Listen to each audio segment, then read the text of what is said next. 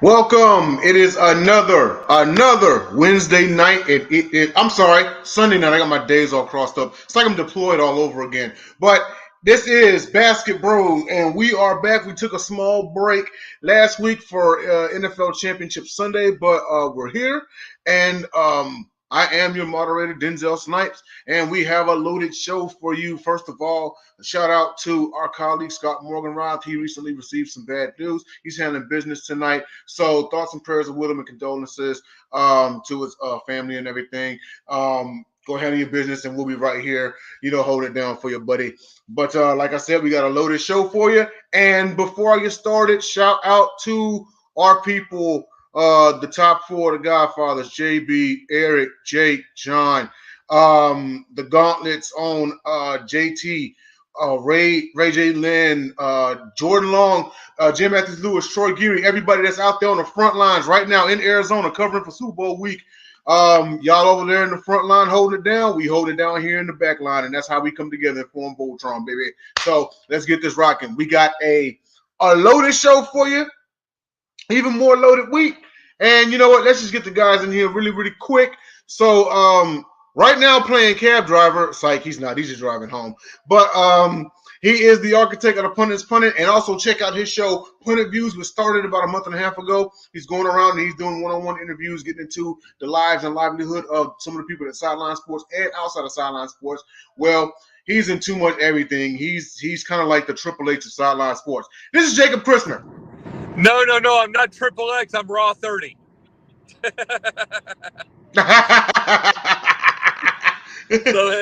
said Triple H actually, but it's the new world now. Don't you know? Yeah, absolutely. It is absolutely. And then coming in with a brand new T-shirt, which actually is pretty fly. I hope he shows it on screen. He is from the other C-town, from Charlotte, North Carolina, by way of Connecticut. This is DJ Willie V. Will Vogel. What's going on, buddy? It's not even a new shirt. It's actually like 2 years old, 3 years old. But I haven't worn it much. I love this shirt. I'm doing great. Hopefully I'm covering the Super Bowl next year, but who knows? Hey, absolutely for every single one of us. But real quick, right before we get started, because we didn't get a chance to talk about it a little bit. But what would you grade the Royal Rumble last Saturday? Like, what'd you think? Like, what letter grade would you give it? Maybe a B minus. That's not bad. I expected because it was great and all. Maybe a C. We knew how every match was going to turn out. I had a feeling. Mm-hmm. We knew Rhodes was going to win. And also, the thing that I didn't like, sure, it was cool, but I just say never do it again, is the Mountain Dew Black, whatever, the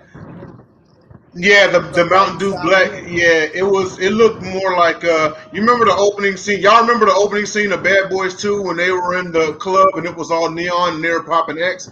That's how it looked, pretty much. But that actually was more of a promotional match, more for Mountain Dew than WWE. Mountain Dew actually paid WWE a substantial amount of money to have that match, just so they could advertise like the drink. It's not a bad drink, I don't drink too much soda or anything, but it's not a bad drink or anything. But I see why they did it. But also at the same time, the rest of the Rumble, and that was the weakest match on the card, and it was still decent. Everything else literally was great. Yeah. Especially the end with the bloodline. Oh man, dude. And then you saw what just happened 2 days ago with Sami Zayn. Exactly. Yep. Challenging. So that sets that up. Yeah. You have to admit. Done for. Go ahead, Jacob. Hey, Will, you have to admit that this is one of the best storylines that we've seen in a long time. With Sami Zayn? Oh yeah, the bloodline. It's very well done for a bunch of horrible writers. It's really good because, real quick, I know this is a basketball show. It's good because it's interesting because then you got one of the Usos with him, and my friend said, I predict that Sami and the Uso who went with him will take a belt, the tag team belt from the other Uso and the blonde one with the buzz cut. Oh, Solo Sikoa? Kevin Owens. Not Kevin. Solo Sikoa. Yeah. So it's interesting. We'll see. I like It Cody is. Rhodes. I like Cody Oh, Rhodes. oh, Oh yeah, oh no, Cody's awesome. Cody's awesome. yeah. His return to WWE has been spectacular, considering he was in Legacy with Randy Orton, and then at one point in time he was Stardust, the offshoot, like Great Value Goldust. Like, remember that? Oh yeah. You know, but no, absolutely a great return for him. Actually, twice now, because Well, that hey, when he wrestled with that torn pec, like, dude, that was Oh, nuts. well, Jay, the biggest thing you realize is he bet on himself. He took a chance. Absolutely, he did what he was And supposed to do. Really, yeah, he yeah. bet on himself. That's what we're doing here. When what we're doing with Sideline Sports is we're saying, even though that it's a this is a new network and it's a everything that we have, that mm-hmm. we are saying that we trust this over just going to somebody. That Right, we're trusting that we are starting from scratch. right. Yeah. We're doing it from scratch and we believe in it. And that's what, even though Cody's what made money on that kind of thing, that's what you got to do. You go for something new. You go for something different. Yes. Yep. Yeah, absolutely.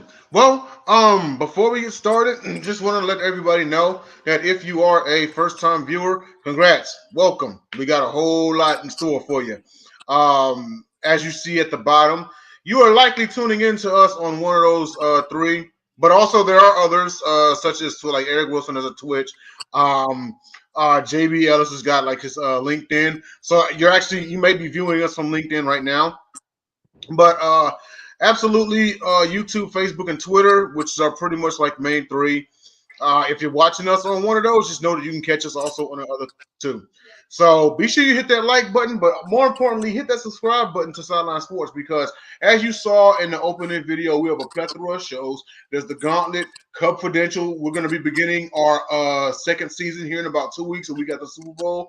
And then we've also got Three Chicks in the Pod, Chicks and Salsa, the Cold Hard Truth, the Rude Dog Show, Sideline Sports Show, the Sports Arena. I mean, we got it all. So absolutely check in with Sideline Sports, because we are the people's four-letter word network that we won't mention, especially since they like to steal ideas, and especially since one of their own acted like a prick toward our own James Tatum. But we're not going to get into that. Shout out JT. So we're going to go ahead and get started. And by the way, JBLS, I told you I was going to send a little shout out. If you know, you know. Our Basketbros legend of the week, Bob Cousy. So who is Bob Cousy? Bob Cousy, he was actually the third overall pick in the 1950 NBA draft. Played point guard. He stood at about 6'1", 175. He played with he was selected by the Tri-Cities Blackhawks, and then he went on to play for the Boston Celtics, the Cincinnati Royals. So he played 21 years. As a coach, he coached at Boston College, and then he went and coached for the Cincinnati Royals, who became the Kansas City Omaha Kings. In his career, he's a six-time NBA champion. He's the most valuable player in 1957. He's a 13-time NBA All-Star, a two-time NBA All-Star Game most valuable player, 10-time All-NBA first team, two-time All-NBA second team, 8-time NBA assist leader. He's on 4 anniversary teams, 25th, 35th, 50th, and 75th. Boston Celtics number 14 retired. It doesn't end there. NCAA champion in 1947, consensus first team All-American in 1950, a second team All-American in 1949, third team All-American AP in 1948. Holy Cross Crusaders number 17 retired, and he received the Presidential Medal of Freedom in 2019. He averaged 18.4 points per game, 5.2 rebounds per game, and 7.5 assists per game. He is in the Basketball Hall of Fame as a player and as as a player in the pro and the college level. So this is one of the guys, and he's still alive today. He's actually 94 years old. But this is one of the guys who you go to the very beginning of the Boston Celtics and their run for championships. And is it fair to say that this man is a forefather to us all? As far as Boston, not you know what, not even just Boston Celtics basketball. I'm going to go out on a limb here, okay? Is it fair to say that he was a forefather to Boston sports lore? To Boston, that lineage of championship. Now, granted, the Patriots were, they came around, in the AFL a long time later. So you pretty much had the Celtics at the time period. You had the Celtics and the Red Sox, like that was it, and the Boston Bruins, which I believe is a original six in the NHL. But you talk about players, in Boston sports lore. When you mention a Bird, when you mention a Brady, when you mention a Dave Roberts or David Ortiz or anything like that, you have to mention Bob Cousy, Bill Russell, anybody like that. Bob Cousy, I think it's fair to say that he started, if not helped, jumpstart it all. But I want to swing on over to Will. Will, your thoughts on Bob Cousy? First off, yes, I think he is one of the forefathers because look at the guys. In my eyes, for Boston sports, I think of forefathers. I think of many guys: Bill Russell, Bob Cousy, Bobby Orr. You got Ted Williams. Yes, good call. And there's and Tom Brady's up there, and there's many, many, many more. Larry Bird, there's many more. There's too many to name because Boston is one of the best sports towns in history, along with New York and LA. Anyway, on to Mr. Cousy. You said he led the NBA in 8 straight seasons with assists. Yep. The only guy who has topped that ever was Stockton, who had 9 straight seasons. And Yep, that's true. Stockton played many years later. I mean, many years later. When you said he helped Holy Cross win the national championship, it was the only time that at that time, the only New England college to win the NCAA tournament. Wow, It interesting. still lasted, but it seems like I don't know. He also organized the National Basketball Players Association, the first trade union in North American professional sports leagues, which I never knew. And he has an award named after him, the Bob Cousy Award for the nation's top male point guard in Division I basketball. And also,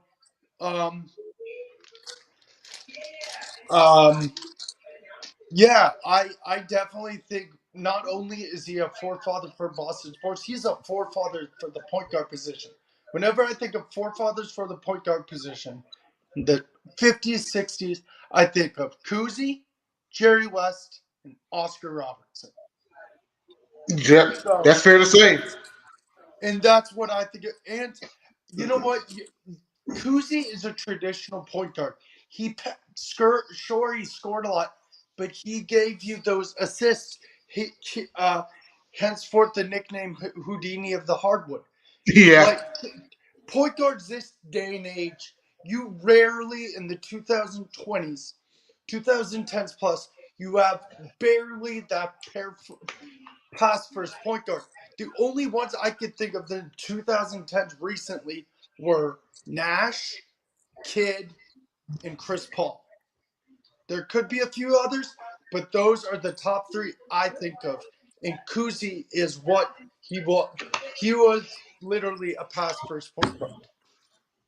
Yeah, absolutely. I mean, any man who's averaging 7.5 a game. So you got to think of how many times that he went into double digits. You're averaging 7.5. At a minimum, I mean, you're getting like 6, maybe 5 on a slow night. But I mean, he had his share of dimes. He's good to get you. You figure it's nights he's good to get you 20 something and like 10 dimes. Yeah. Like always good for it, win or lose. Cousy was absolutely the reason why it probably argued that he should have won more most valuable players than he did. But I want to swing it over to Jacob here, and you being a resident Celtics fan, but your thoughts on point guard Bob Cousy. I'll tell you this. There's 2 things that come to mind with Bob Cousy. Number one, just how long 1950 was. That was, and how unusual my family life was compared to others. 19 first year, my father went to Chicago to basically do demolition work. That's 73 years ago. And so basically, my father, if he was alive today, would have been the same age as Bob Cousy. Yeah.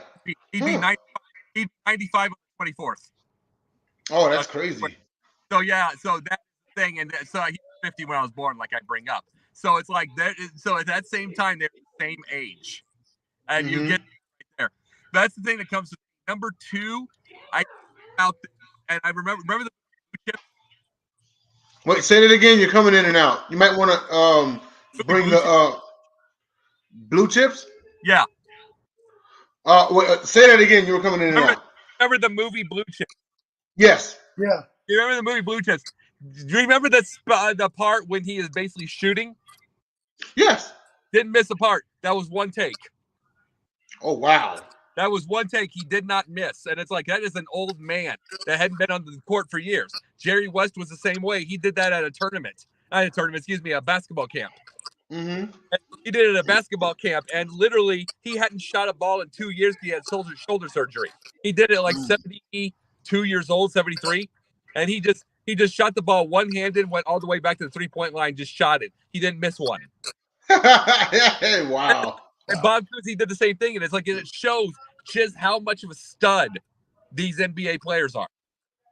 It shows just how studly these are, and it's like they're inhuman compared to what we'll ever understand.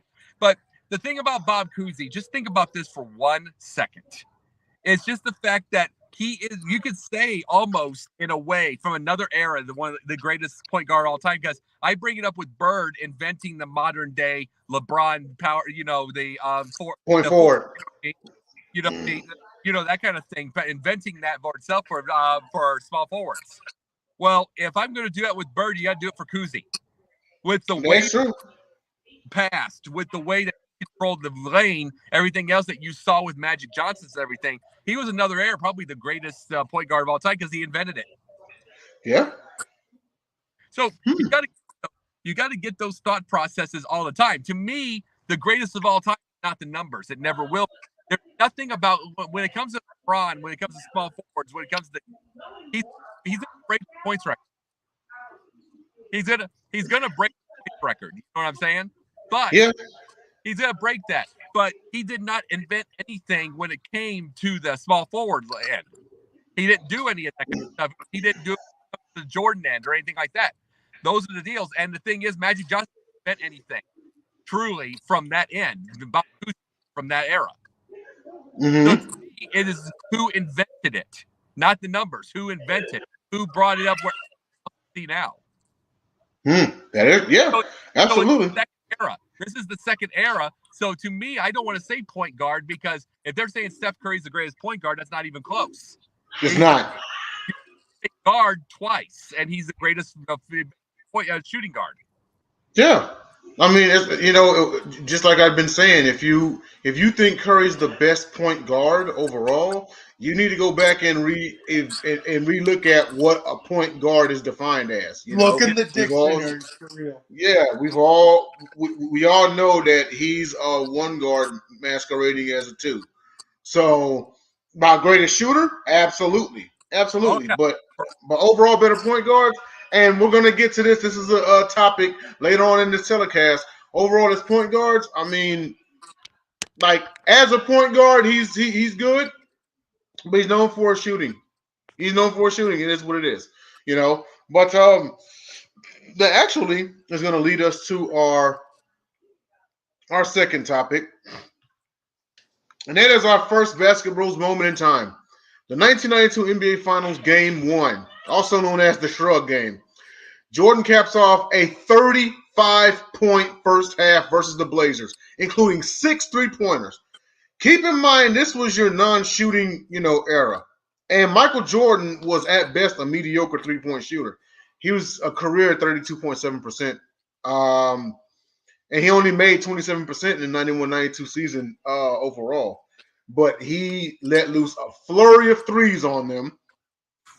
He hits it in what's it was about the let's see here, late second quarter, and then let's see here. He did it. He did it. He did it. He was guarded by Cliff Robinson. He hits the shot. Of course, turns to him in the crowd and just shrugs his shoulders, like, "Hey, you guys know who I am," you know. But this was a game one en route to let's see. There was a 57-23 run that started late in the second quarter. Man, that was amazing right there. Jordan, and now the crazy part about it is Jordan actually finished with 39 points. He only scored 4 points in the second half. Clyde Drexler has 16 points. Still a great series. The Blazers did take them 6 games.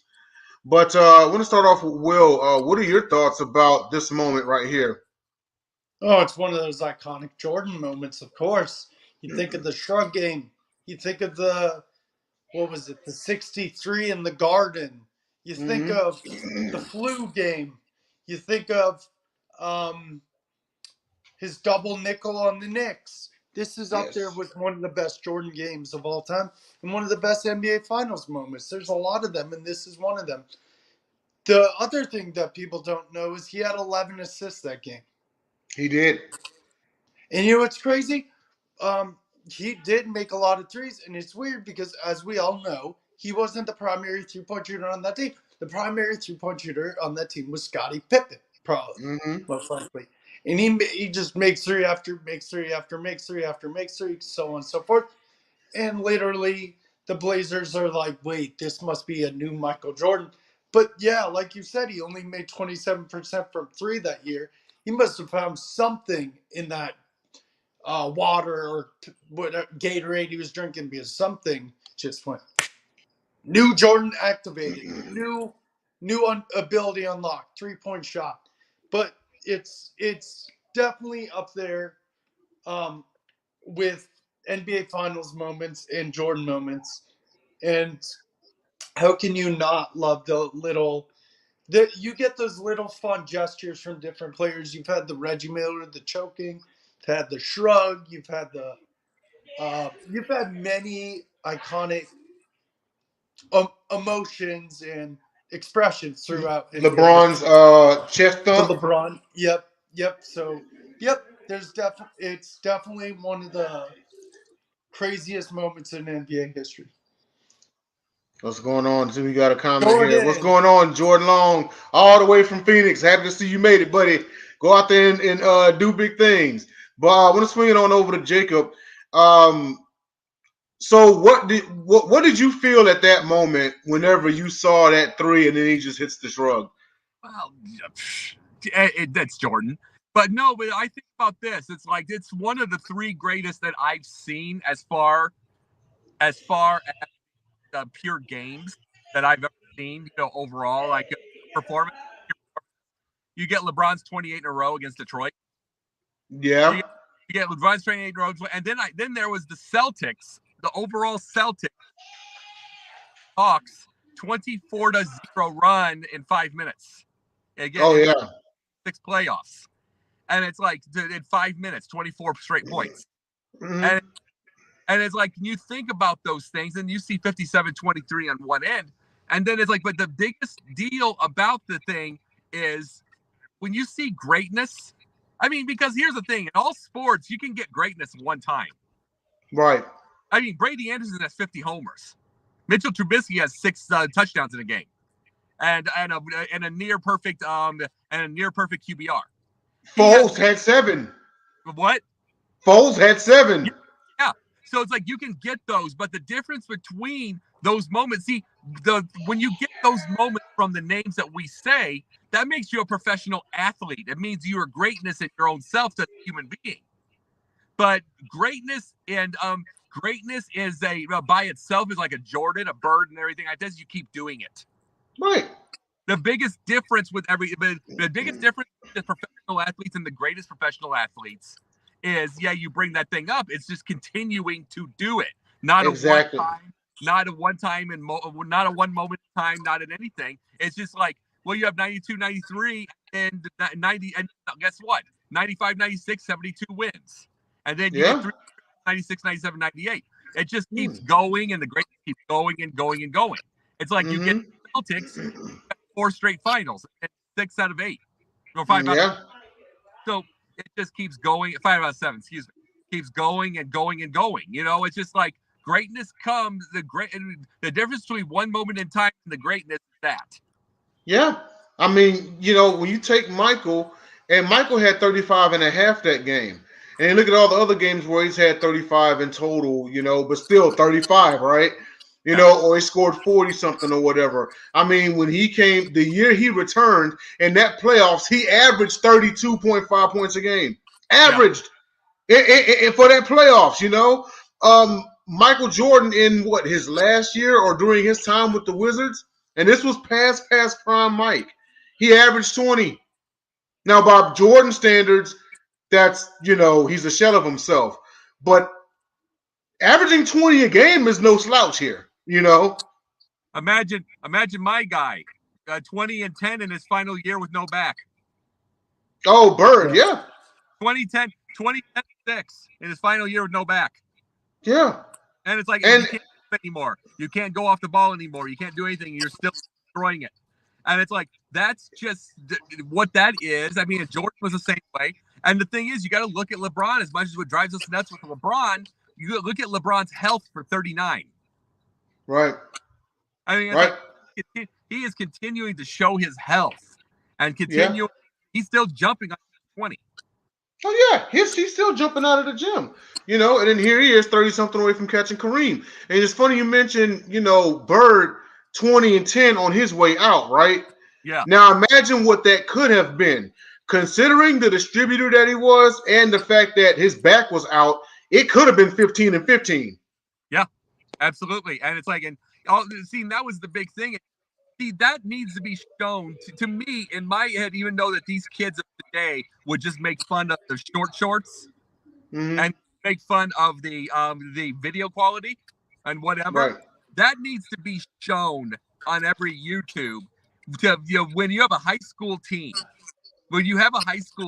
and then you're trying to show them that they need to move the ball around, and you need to give them, and it shows that you don't have to be one that moves, that you can just be in the right spot. Right. And it's like, and then every time I see, like yesterday, I saw a game that was 101-0 in high school. It was what was the score? 101-0. Oh wow! And it's like, to me, that I mean, I'm not gonna blame on the team, and that guy will probably get fired because we're in that wimpy society now, and everybody wants to complain. But I'm not gonna think about. Here's the thing I'm saying with it. What about the other coach? Are you not just trying to teach them movement, move off the ball, just trying to be able to get? I mean, they even get 2 points. That's true. So it's like, are you just trying to jack threes up and then hope it goes in? You've got no points. It's like, what are you teaching your kids? If I'm not going to put a blame on the 101, I'm going to put a blame on the coach. It's like, even the worst.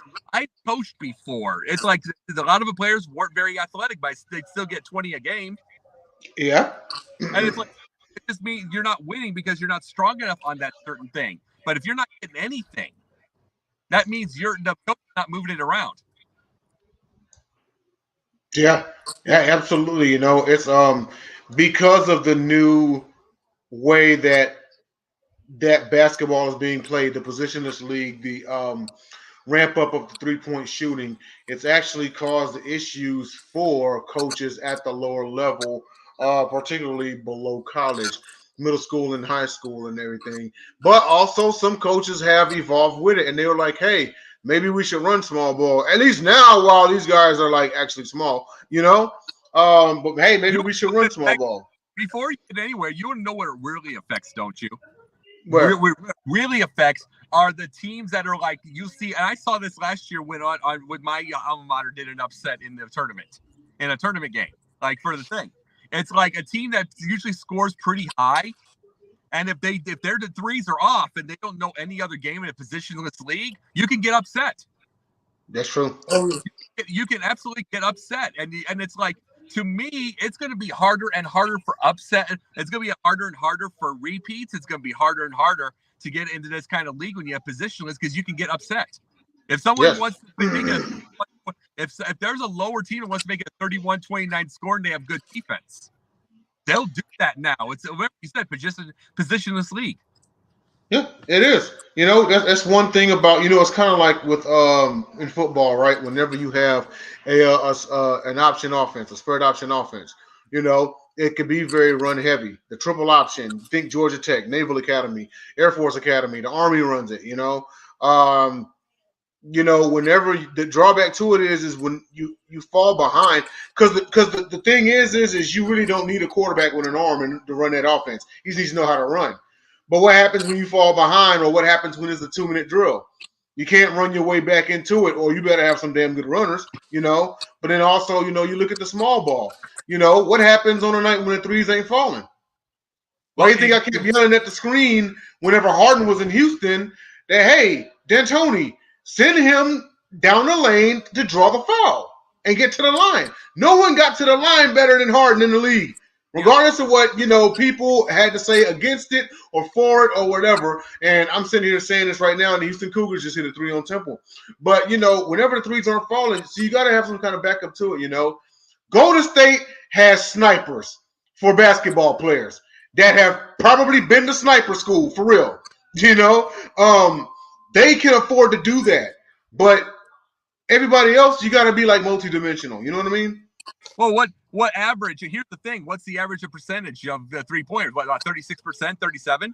I think the league average is like 37%, yeah. Yeah, what's no different from – that is no different from 30 years ago. No different. And it's like – and the difference is they just shoot them a lot more. So the thing with me with shot, it's one thing if you went up another 4%. 41% would mean 130 points a game. Yeah. But I'm like, it would be one thing if it was 41%. If it is the same, I don't know what the point of the positionless league is. I don't understand the point of that. And like I said, it's hard for me to see a repeat champion anywhere that easily, like it used to be. Like I don't think we repeats too often anymore from this era. Someone that I'm going to use it for an example. UMBC, Baltimore County, in the NCAA tournament beat Virginia. Guess who went to that game? And you told me, and it's like, and they here's the thing: what they hit like 54% 3-pointers that game. Yes. Virginia played horrible. They get to the next game, there was like 31% threes, and it was over. And it's like, you got to change up everything. It's like, what happened to the coaches on the idea of changing? Yeah. Well, shoot, you look at Loyola Chicago doing those runs. You know what I mean? Like they were knocking down threes. Now they weren't shooting 54% like UMBC was. Yeah. They would just nail the right three at the right time. Right. But those are the things I talk about. Like if we're averaging the same as 30 years ago, as you're just shooting more, then doesn't that make you worse as a shooter? And then why? And it's like, mind you, why can't you use the old school as a backup plan? As they're moving in. Like you said about Harden. Yeah, Harden gets to the line all the time. The problem is, Jacob, and I agree 100%. The game has changed so much over time. It's insane. Yeah. Yeah, but you're right so much. But I can say this right now. I've seen it from last year, and I see everything. It's hard for any kind of it's almost easier for upsets to happen. Oh, yeah, for sure. It is. Whether it's high school, college, or pro. It's easier for upsets to happen because the team, if a shooting is on your schedule and you just stop hitting them, guess what? The team that's lesser than you, they're not going to go try to outshoot you to begin with. They're just going to play defense the whole time. They will go to 33, 31, 31, 29. They'll just keep doing it. They will play the whole tournament winning like that. They know they don't have the talent. They know they don't have the plan. So they'll just keep doing it. They don't care. Mm-hmm. They know they excel at defense. Yeah, is this going to be harder? There's always going to be that team. There's always going to be that team that's going to they're the old school. They're from the 90s. Yeah, will they? If they got to the tournament, will they win it all? Probably not.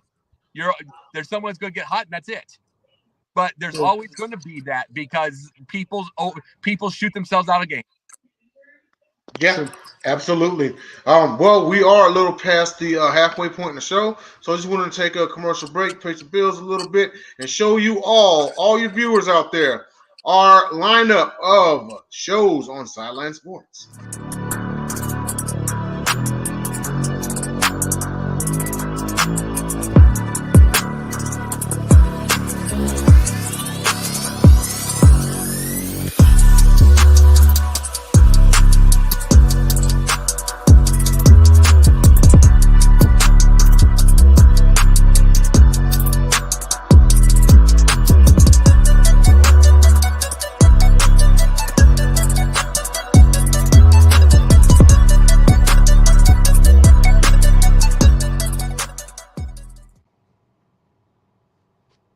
And we're back with Basketbros. That is our lovely lineup of shows on Sideline Sports. As you can see, it's more than just Basketbros. You know, we've got the Sideline Sports Show, the Sports Arena, the Gauntlet, Three Chicks in a Pod, Chicks and Salsa, the Cold Hard Truth, the Troy and Geary Show, the Rude Dog Show.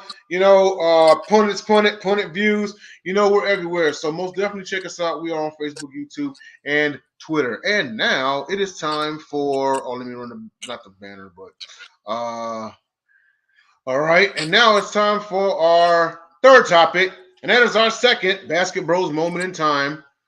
And that is the 2002 Western. Everyone remembers this one, the Western Conference Finals of 2002, Game 4. The Big Shot Bob legend is born as Robert Horry sends Staples Center into a frenzy with walk-off shot to tie series versus the Kings. What happened was, and if I'm not mistaken, that shot when that shot happened, that was only their second lead of the ball game. It was their first lead since 2-0 in the first quarter. But what happened was on the final play, I think the call went to O'Neal. O'Neal misses. Kobe misses. Vlade Divac's intent was to swat the ball out into the open and make the Lakers chase it and have time run out. Unknowingly, Robert Ory was right there who picked up the ball, fired the three. Nothing but net, game over, series tied. The Lakers would actually beat them in 7 games and en route to the NBA championship. Most definitely an awesome moment in NBA history, in basketball's moment in time, and most definitely in Lakers history. But I'm swinging over to Will. Will, did you watch this live? And if you did, or when you watched the highlight, what was your thoughts? highlights, unfortunately, but I do remember it. Yeah, the crazy thing is when you think of a guy to make a final shot on that team, you think, oh, Kobe's gonna make it. Kobe's the superstar with Shaq. Kobe's got a great jump shot. No, it was Robert Ory. Robert Ory, who won previous championships with your Houston Rockets and I think Spurs, right? Houston He Spurs, did. Mm-hmm. Rockets Spurs, and he already had a reputation in the NBA. He was 3 for 5 from that game, from three, and the Lakers were down at half. Like you said, Mm-hmm. they didn't really own control of that game until then. And like you said, it tied the series.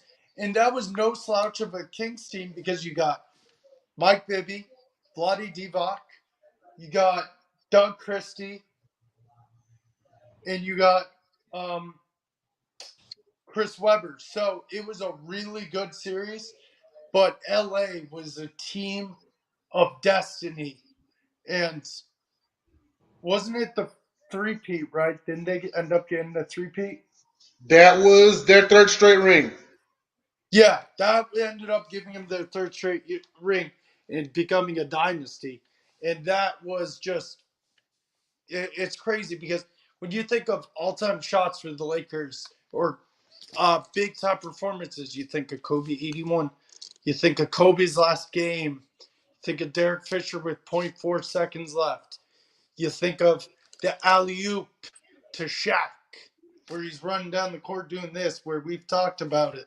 Yeah, Um, the Kobe to Shaq lob. Yep.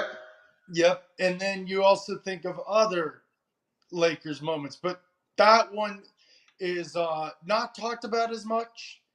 I don't know why, but Mm-hmm. it's one of those shots that goes down in playoff history, along with those other and Laker history. It goes down with those other Laker memories. Oh, yes. Before I swing it over to Jacob, this has been pretty much Robert Ory, his career. He's average during the regular season, but he plays better. He picks it up in the playoffs. Um, there was actually one time, and this was the season that we won our first ring.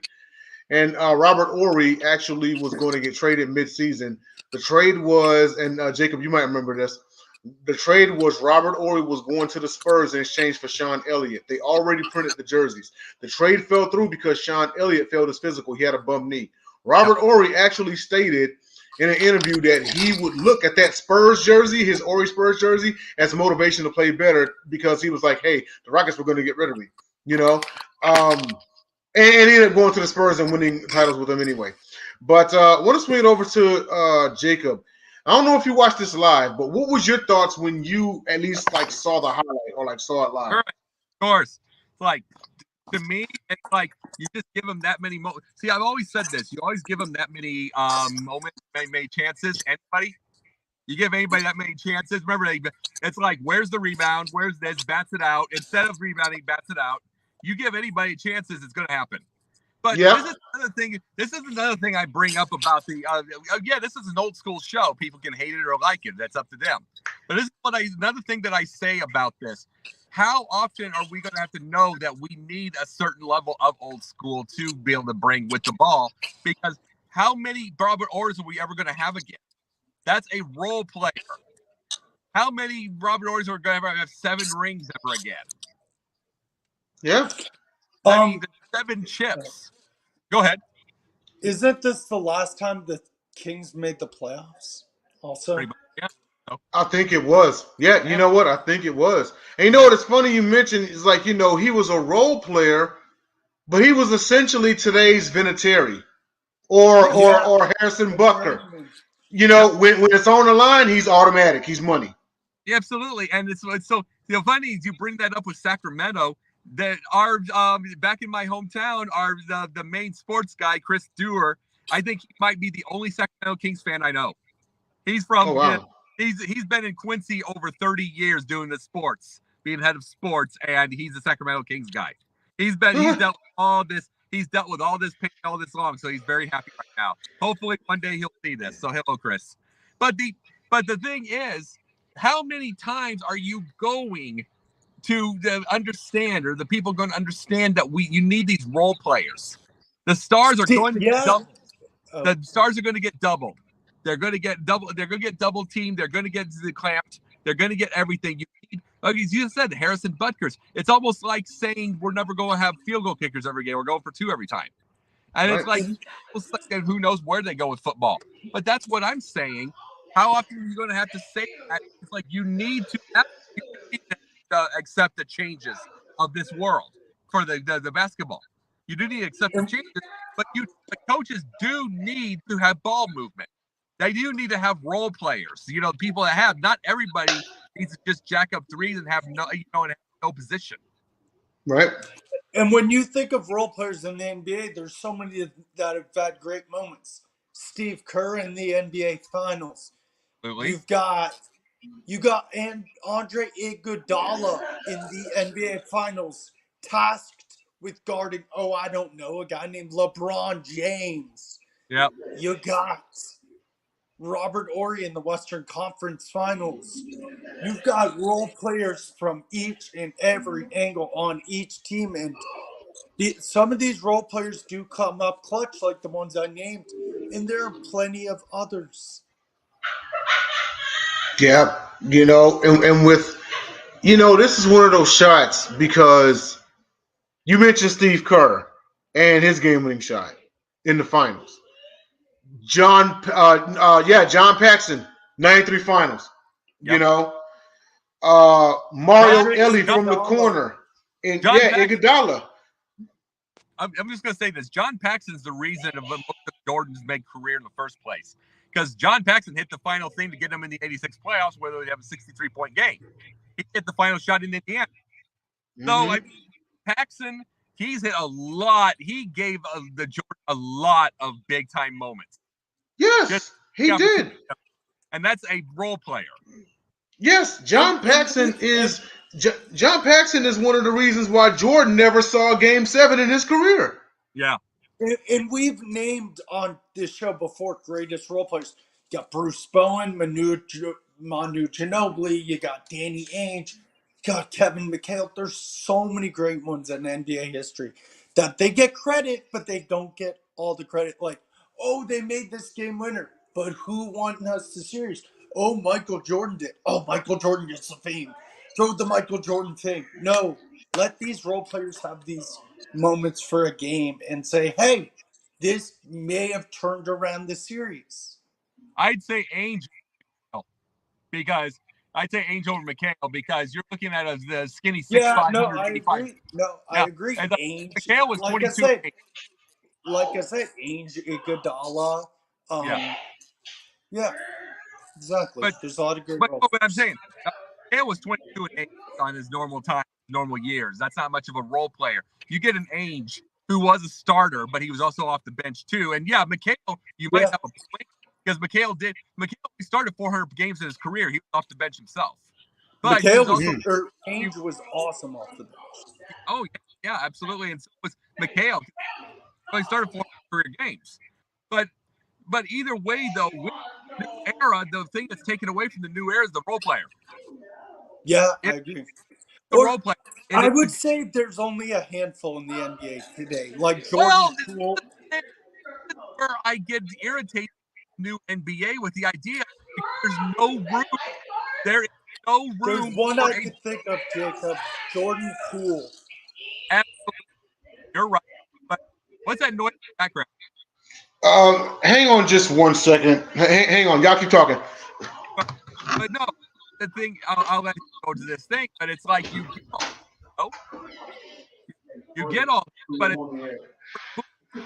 but you like Ben Simmons has no room in the league, or you can make him. Yeah, I agree. And I was by the way, bringing this up, Jay. This is what irritated with the new league. All I see out of Ben Simmons is a beautiful role player. Beautiful. I'm sorry, I do. His last game before his quote unquote knees, which he's got a mental block, 6 ways loose. He's a role player. I agree. Oh my God! His 100%. last game before that, he played like 13 minutes at 7 assists. Yeah. I don't care about the media. I don't care who's beating up on him. If I'm a coach, I would love to get a chance at coaching him. I'm not going to say a word to him. I'm just going to say, you score, it's a bonus. And you know what I told? I want your 3 steals. I want your 2 blocks. I want your 7 assists. I want your 8 rebounds. He's still a defensive nightmare. And if you score, it's a bonus. And you know what I told people? If Ben Simmons developed a jump shot, he would have been scary. But you know what? He fits a role player well. He gets the assists, he gets the rebounds, he gets the steals, and he gets the assists. That's what the definition of a role player is. You're not the superstar averaging 20 plus points per game. You are doing your job as a role player. But here's the thing that gets everybody about Ben Simmons, because there are some players out there who have a ceiling and know their ceiling, and they hit their ceiling at role player. The thing that bothers people the most is Ben Simmons is a role player who can absolutely be a superstar. He just has these shooting woes and these mental issues out there. You know, he absolutely can be a superstar. Well, you know what they see? They see somebody with a 2% body fat that looks amazing with that 6'10", that can move around like a gazelle. They see that. But to me, I'm going to let him. If I'm coach, if I'm Jacques Vaughn, if I got a chance to step into those shoes and everything like that, I'm not going to answer the media question. I'm going to say next question when it comes about Ben. I don't care. I don't care. This is my player. He plays his part on the team correctly. Yeah. I'm gonna say this. We're gonna pay out. This is what I'm gonna say. We're gonna pay out. I'm not gonna say much to you. Not gonna say much to you. We're gonna just heads up, Jacob. You're still breaking. I know what you can do. You're breaking out still a little bit, Jacob. Can you hear me? Now we hear you. Better when it's close. I can. That's the biggest thing that I say is if I'm Jacques Vaughn, this is what I'm saying with Ben Simmons. I Mhm. you. I'm not going to say much. The things that you are still doing, you're distributing the ball. We have scorers. If you score, bonus. If you score, True. bonus. You are getting rebounds. I've seen you get 13 this year. You're blocking a couple of shots. You're steals. It's what I want. It's what I want. And I will bet you this: if any of these coaches in this league learn that and they leave it be, I bet you he's going to score on his own. I will bet you his mental block stops. Yeah, Because I can see the mental block is coming because the media won't shut up. The mental that block is is true. he's not a person that can ignore things. He's got to that thing. The biggest thing to get is, and I am saying this right now, if a coach, and I hope a coach is somewhere is listening to this, if you let him, if you just leave his ass alone, don't add anything to the media, don't say a word, say next question, and you say Yeah. to him, do your thing. I'm going to let you decide when you're going to score. I'm going to say, Oh, and I'll relay one last thing before we go to our last topic because I know okay, we have like 5 minutes okay. left. Yeah. Play your own game how you know how to play it. Don't play how you think you want to be. If you play like I don't know.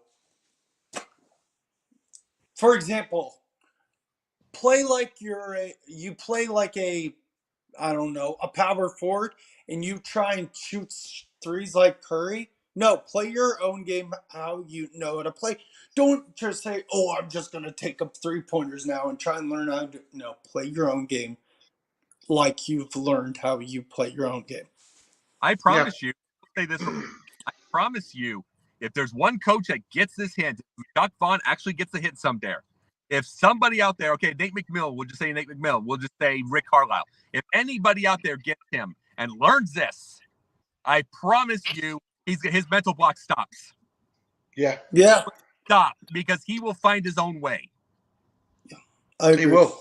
He will. I also think, and I mean, don't get me wrong. I think him beginning his career in Philadelphia and knowing the Philadelphia sports media, hell, the East Coast media in general, especially New York, that also played a factor too. And that's not a diss, that's just reality.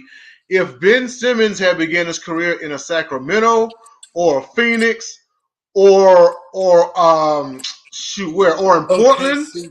or OKC, this had been a non-factor. Right. He'd have Yeah, you been wouldn't. a disappointment, but this has been a non-factor. But you and I both know when it comes to Philly media, if you're not putting up, they're going to drag you. New York sports media, if you're not putting up, they're going to drag you, especially when you're a first rounder, especially when you got all these expectations, especially when Stephen A. Smith himself said he is a jump shot away from being the next LeBron. So you got all this hype, right? And then you begin your career on the East Coast. And if it falls through, how you think it's going to turn out? Exactly how it did. And I'm saying this right now. I'm just going to use this end, and hopefully, there's a coach somewhere doing it. Leave him alone. I really believe, heart of hearts, he's got to get out of this mental state on his own. Don't ask. Don't add. Don't zing. Everything like that. Just you can talk to him, be his buddy. If you're saying, I'm not saying you yell at him, because you can just hang out with him and do everything and be chill. Just be chill because he looks chill. But just get everything like that. You dude, it's not like he's 0-0-0-0-0 in his games. The guy does everything else. I agree. Yeah, that's true. Well, just real quick, I want to touch on this next topic, and this is our kind of a weekly debate thing, past versus present. As I mentioned earlier in the telecast, well, here it is, past versus present, one-on-one as point guards, Magic Johnson versus Stephen Curry. Who do you have, Will? Oh, so we're doing like a 1v1 matchup? Yeah. Well, okay. You can pick the criteria. Either they're in a fantasy one-on-one game, or just like as like career-wise. Which one were you taking? I'm doing career. So I love Steph. I went to his basketball camp. I got to meet him once. I'm taking Magic. Look at the accolades: championships, MVPs, Finals MVPs, All NBA, All Star, assist title, and steal title. And I think Curry's played how many? I think like how many years less? Like so far, 2, maybe 3 years less than Magic. Mm-hmm. But he could definitely chase Magic in all of those, but all around game, don't get me wrong, Steph's the best 3-point shooter of all time. Give me Magic. Magic can literally play 1 through 5. Magic took place of Kareem during a finals game. Could Steph do that? No. Could he take place of Draymond? No, absolutely not. Pound for and Magic was the head of the Showtime Lakers. The fancy passes, fancy rebounds, the way they ran fast breaks, the way he scored. Yeah, he didn't really have a pretty shot, but he did everything. He got points, rebounds, assists, steals. And don't get me wrong, like I said, Steph's the greatest 3-point shooter. He's one of my favorite players of all time. Magic Johnson, in my eyes, and I think you've said it before too, Jay, Magic Johnson is my favorite point guard of all time. Mine So too. Absolutely. give me Magic Johnson. Absolutely. Swinging on over to Jacob. Who do you have? Steph's the greatest shooter of all time, but I will tell you this: Magic's the most underrated shooter of all time. I have seen he is the most underrated shooter of all time. I literally will see him go up the court and shoot 25 feet and swing. It's like there were moments he was just as good as Bird there. Yes, absolutely. That's what defined the rivalry. Go ahead. Yes, and there was there was the times where Bird was just as good of a passer, and it's like that's what made the thing. But no, the thing about this is the thing though. Who had the handles? When you're going one-on-one, who had the handles? Who goes inside? You've got, I mean, how tall Steph Curry? What is he, 6'4"? Steph? He's about 6'3", maybe 6'2". You've got the length of for one thing, Magic could play defense. You've got the length of those arms. You've got all that kind of stuff like that. The fact that he could also, he's an underrated shooter, everything like that. But if he's missing his shot, he's going to go in. And I think he's got that. And the biggest thing is, the thing about Steph, this is the thing about Steph, greatest shooter of all time. But we got to remember how many times the stupid media will say, is Steph done, when he has a couple of days where he misses. Yeah. And it's like, so if Steph's off, it's over. And that's like all it takes. This is the moment. Is Steph off? Magic's blowing him away. But at the same time, if Steph can hit 30-footers like layups. Right. I mean, like layups. So it's like, the thing is, and he's got underrated handles. Mm-hmm. But I am going to say, just in a fictional one-on-one, it's down to the last point. I give it Magic just because I think he can drive in better and he's got the length. But Steph, that's the one thing about it, is the fact that Steph's going to get his. Right. So What about I feel but Steph's the greatest shooter. Magic's the greatest point guard as far as this era's. Yes. No, absolutely. And you name me any other rivalry, one for one. Any other rivalry between the first scoring option and the third scoring option. Magic Johnson, as the third scoring option on the Lakers, averaged 19.4 points per game for his career.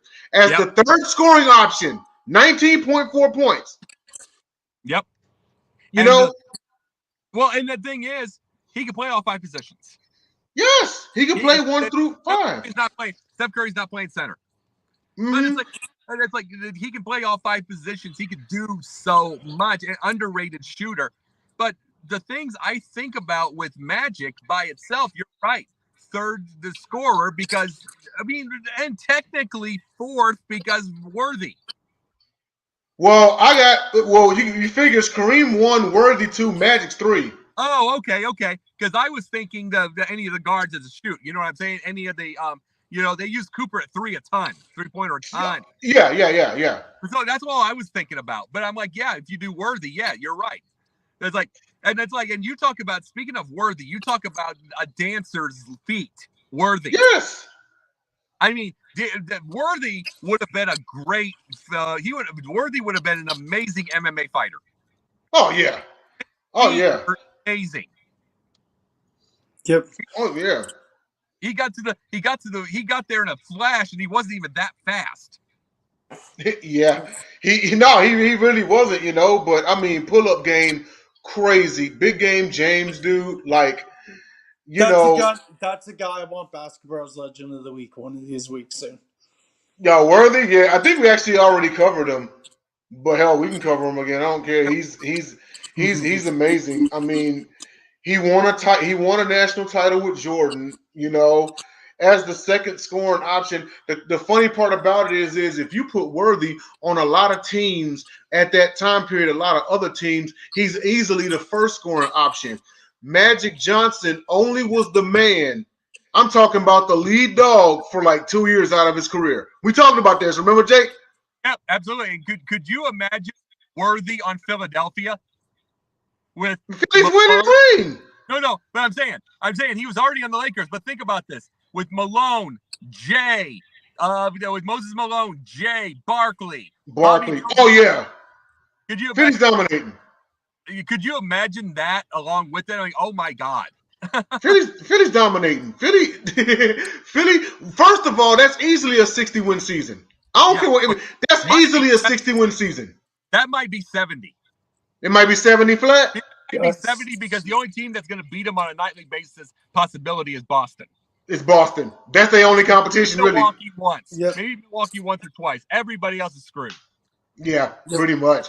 Well, that reaches the end of our telecast. I want to thank everybody who was out there watching. And again, once again, leave that like on this episode and subscribe to Sideline Sports. Actually, you know what? I'll go ahead and I'll let Will give the announcement. Go ahead and grace us with the honors, my boy. So next week, guys, we know it's Super Bowl Sunday. We will not have a show because we will probably all be watching the big game, and you guys should too. But stay tuned next week. I'm going to be in a different state, but I will still be on the show. The week after Super Bowl Sunday, the 19th, watch BasketBros. It is a all-star game edition.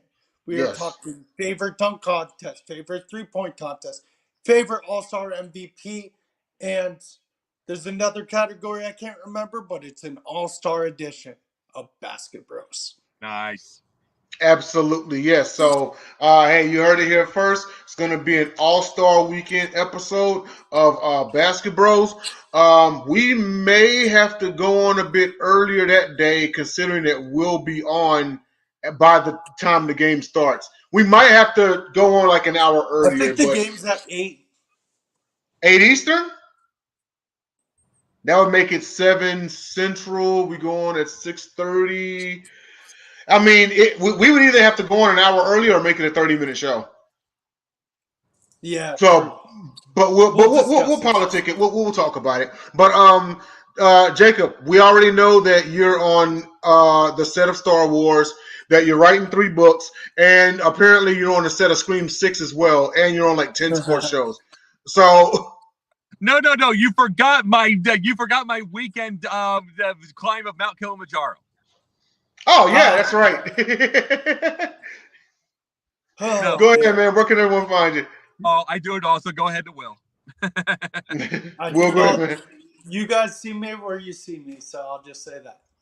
Hey, y'all know where I'm at, So I tell you what, you tune in to Sideline Sports. You might catch us on an episode because we guest star on other people's stuff as well. Sometimes last minute, but it's all in good fun.